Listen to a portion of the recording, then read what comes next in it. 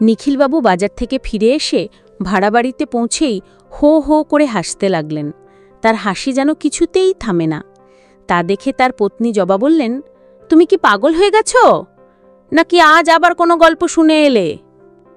শুনলাম কি, দু চোখে দেখে এলাম, আর দেখেই তোমার দাদুর কথা মনে পড়ল। এর মাঝে আমার দাদুকে টানছ কেন? মরা মানুষের আত্মাটাকেও তুমি শান্তি দেবে না নাকি? আরে শোনো শোনো বলছি, বস্তির সামনে যে সবজি বাজার থেকে আমি বাজার করে আনি সেখানকার ঘটনা। তোমার দাদু নাকি মদ্যপান করে বীরত্ব দেখাতেন আর ষাঁড়ের সাথে যুদ্ধ করতেন। তেমনি ওই বস্তিতে বুধা নামে একটা মাতাল প্রতিদিন মাতলামি করে। তার মাতলামিতে বাজারের লোক থেকে দোকানদার পর্যন্ত সবাই নাজেহাল। মদ্যপান করেই যাকে সামনে পাবে তাকেই অশ্রাব্য ভাষায় গালাগালি করে। অনেকের কাছে মার খেয়েও ওর সুমতি হয়নি, বরং ক্রমশ ওর সাহস বেড়েই যাচ্ছিল।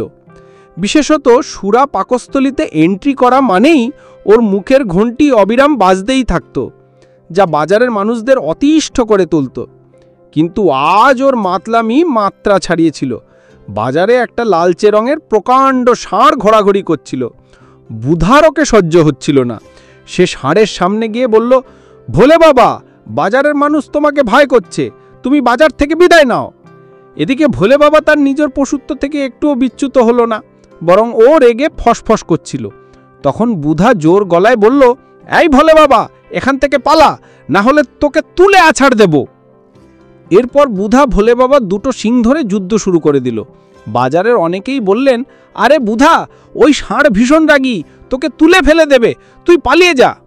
কিন্তু মদ্যপ কি কারো উপদেশ শোনে? প্রকাণ্ড ষাঁড় বুধাকে শিঙে তুলে ছুঁড়ে মারল। কয়েক মুহূর্তের জন্য জনতা নিস্তব্ধ। তারপর এক এক করে বুধার সামনে অনেকে এগিয়ে এলেন। ততক্ষণে ভোলে বাবা বাড়ার থেকে বিদায় নিয়েছে। এগিয়ে এসে যা দেখলেন তাতে সবাই অবাক। বুধার ইঞ্জিন থেকে লাল ইঞ্জিন অয়েল গড়িয়ে পড়ছে। খবর পেয়েই বুধার স্ত্রী ছুটে এলেন। বুধা থেকে বললেন, ডার্লিং, হয়তো আর বাঁচব না, কেননা আমার ইঞ্জিনটা ফেটে গেছে। তুমি আমাকে একটা কান্ট্রি বোতল এনে দাও। বুধা স্ত্রী দৌড়ে গিয়ে কান্ট্রি দেশি সুরা বোতল নিয়ে এলেন। বুধা বোতলের পুরোটাই একবারে শেষ করে ফেলল। তারপর তার স্ত্রীকে বলল, মদন ডাক্তারকে ফোন লাগাও, ও আমার ভগবান, যদি আমাকে কেউ বাঁচাতে পারে তো একমাত্র মদন ডাক্তার। 5 মিনিটের মধ্যে হাতুড়ে ডাক্তার মদনবাবু হাজির। মদনবাবু বুধার এই অবস্থা দেখে বললেন, কিরে, এ কি অবস্থা? তুই কি মদ্যপান করে বক্সিং রিংয়ে নেমেছিলি? তোর ইঞ্জিন তো একেবারে। এই বলে মদনবাবু বুধাকে ঘরের ভেতরে নিয়ে আসতে বললেন। তারপর বুধার ইঞ্জিনে 6খানা স্টিচ করলেন এবং ব্যথা ও ঘা কমানোর ঔষধ লিখে দিলেন। বুধা মদনবাবুকে করজোড়ে নমস্কার করে বলল, আপনি আমার জমের শত্রু, আমার সাক্ষাৎ ভগবান।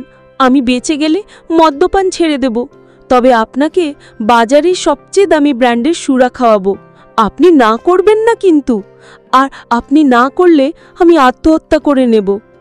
এই বলে নিখিলবাবু আবার হোহো করে হেসে উঠলেন এবং বললেন, শুনেছিলাম তোমার দাদুও নাকি এরকম ষাঁড়ের সাথে লড়াই করতেন।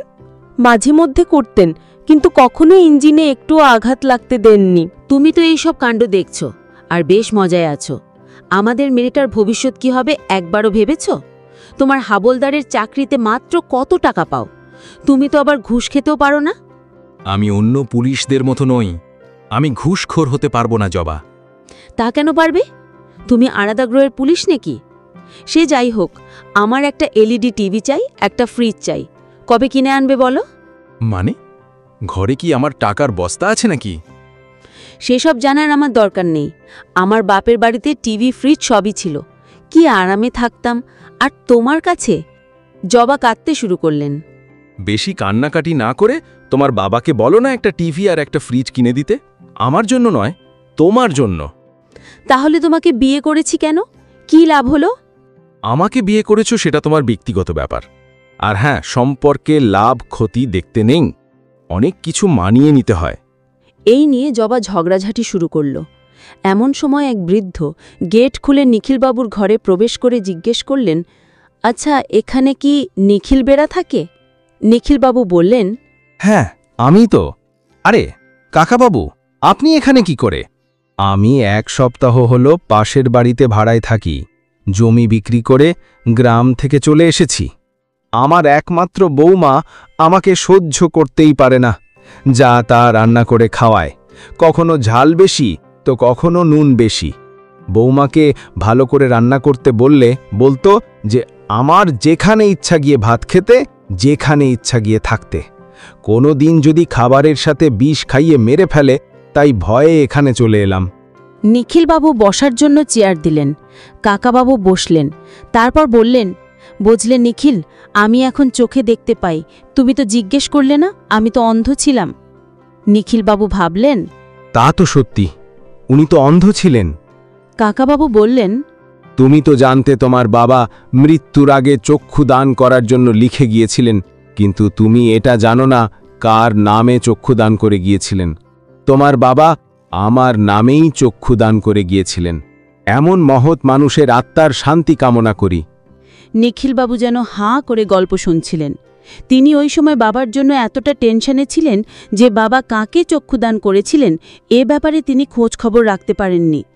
তবে তিনি বাবার এই কাজে বেশ গর্ব অনুভব করলেন। কাকাবাবু চা পান করে বিদায় নিলেন। এবার পুনরায় জবার মুখে খই ফুটতে শুরু করল। তিনি বললেন, দেখেছ, যেমন ছেলে তেমন বাবা। দাতা হরিশ্চন্দ্র আর দাতা কর্ণ। একটা চোখের দাম কত জানো? তোমার বাবা তো চোখ দুটো বিক্রি করতে পারতেন। এখন তোমার হাতে লাখ লাখ টাকা থাকতো, আর আমাদের কোনো সমস্যাই হতো না।